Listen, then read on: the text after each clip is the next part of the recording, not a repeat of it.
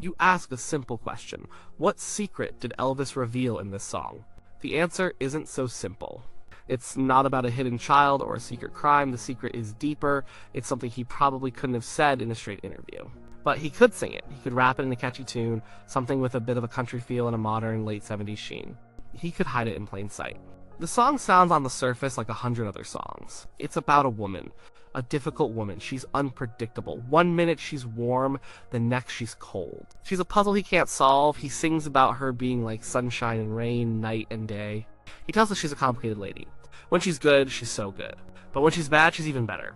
It's a classic story. The magnetic, impossible woman that a man can't quit. We've heard it before, but this wasn't 1956. This wasn't the young, rebellious Elvis singing about a girl in a tight sweater. This was a different man. This was Elvis in the final chapter of his life. A man who was, by all accounts, living inside a gilded cage. A man surrounded by people, but deeply isolated. A man whose body was beginning to fail him, whose world had shrunk to the confines of his Memphis home and the stages of Las Vegas. And when that man sings about a complicated, unpredictable force that controls his happiness, that gives him moments of bliss and moments of misery, you have to ask yourself, is he really just singing about a woman? The secret isn't in the words themselves. It's in who is singing them and when. The secret is that the song isn't about a woman at all. It's a self-portrait. He's the complicated one. He is the one who is sunshine and rain. He is the one who is so good and so much better when he's bad. He is singing about himself. Let's think about the man at that time. His moods were legendary. He could be incredibly generous, giving away cars and jewelry to friends and even strangers. He could be warm, funny, and boyishly charming. That was the sunshine. He could fill a room with his energy. But there was another side. There was the rain, the deep, dark melancholy, the flashes of anger, the profound loneliness that friends and insiders always talked about. He could retreat into himself for days, a prisoner of his own thoughts in his own home. He was a man of extreme highs and extreme lows, just like the lady in the song. The lyrics describe a power struggle, a relationship where he feels helpless. It's hard to be a gambler, betting on the number that you know is going to lose. What bigger gamble was there than being Elvis Presley? Every day was a bet on his health, his career, his sanity. He was betting against a house that was rigged. The house was his own fame. It gave him everything, and it took everything. It demanded he be the king, always. But the man inside was just a man. A tired, often sad man. He knew he was on a losing streak, but he had to keep playing the game. He had no choice. And what about the line, when she's bad? She's even better. This is perhaps the most revealing part of the confession. Think about the Bob parts of his life at that point. The prescription drugs, the junk food, the isolation, the nocturnal lifestyle that turned day into night. These were destructive habits, they were killing him, but they also provided an escape. The pills could numb the pain, both physical and emotional. They could provide a temporary high, a feeling of control or euphoria in a life that felt increasingly out of control. The bad felt good. The destructive path had its own seductive pull. It was a release from the immense pressure of being Elvis. In that context, the lyric is chilling. It's the classic language of addiction. The thing that is destroying you is also the thing you crave the most. It feels better than being good.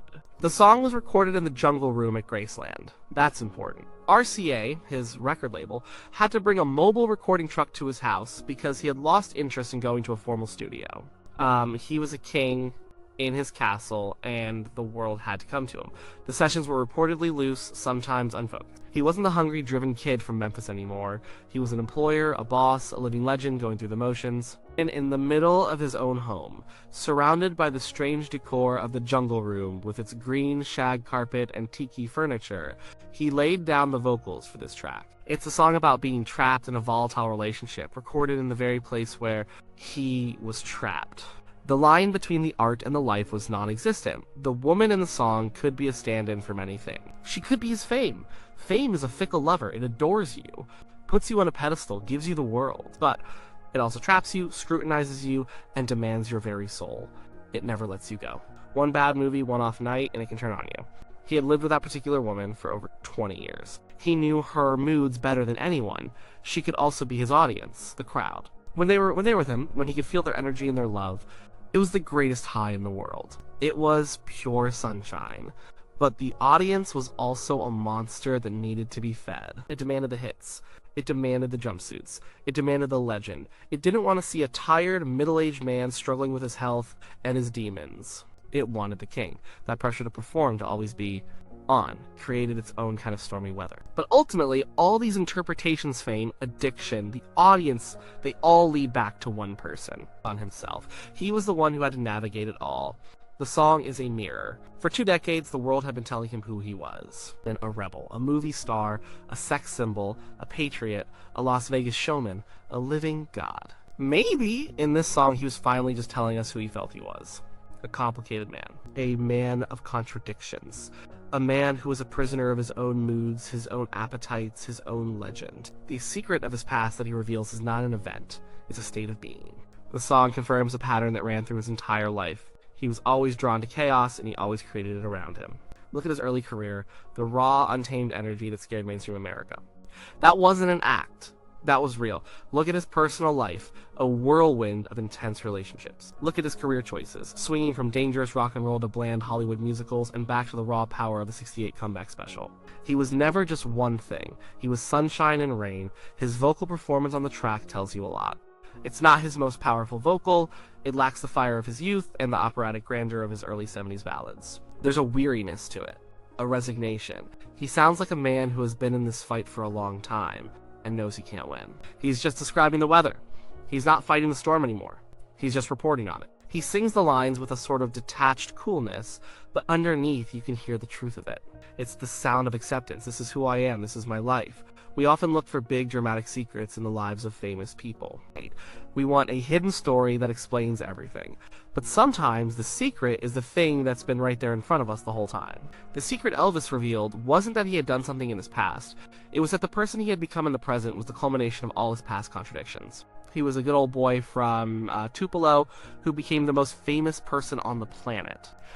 He was a deeply spiritual man who was also a slave to his physical appetites. He was a shy, private person who lived the most public life imaginable. He was surrounded by an entourage, the Memphis Mafia, yet he was profoundly alone. The song is a coded confession.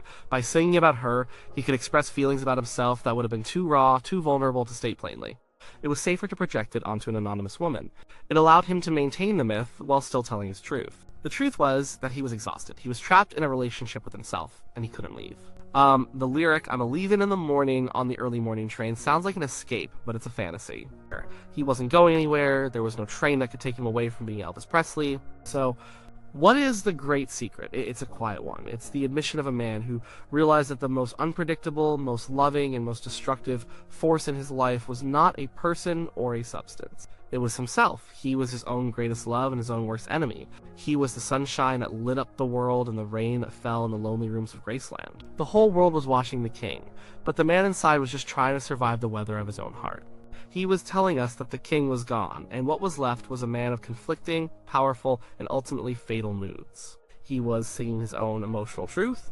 He was telling us he was lost, that he was in love with his own destruction, and that he was, at his very core, a man colored by a deep and unrelenting sadness. The secret he revealed wasn't a story from his past, it was the truth of his present, a truth that would tragically define the very short remainder of his life. The song was called Moody Blue.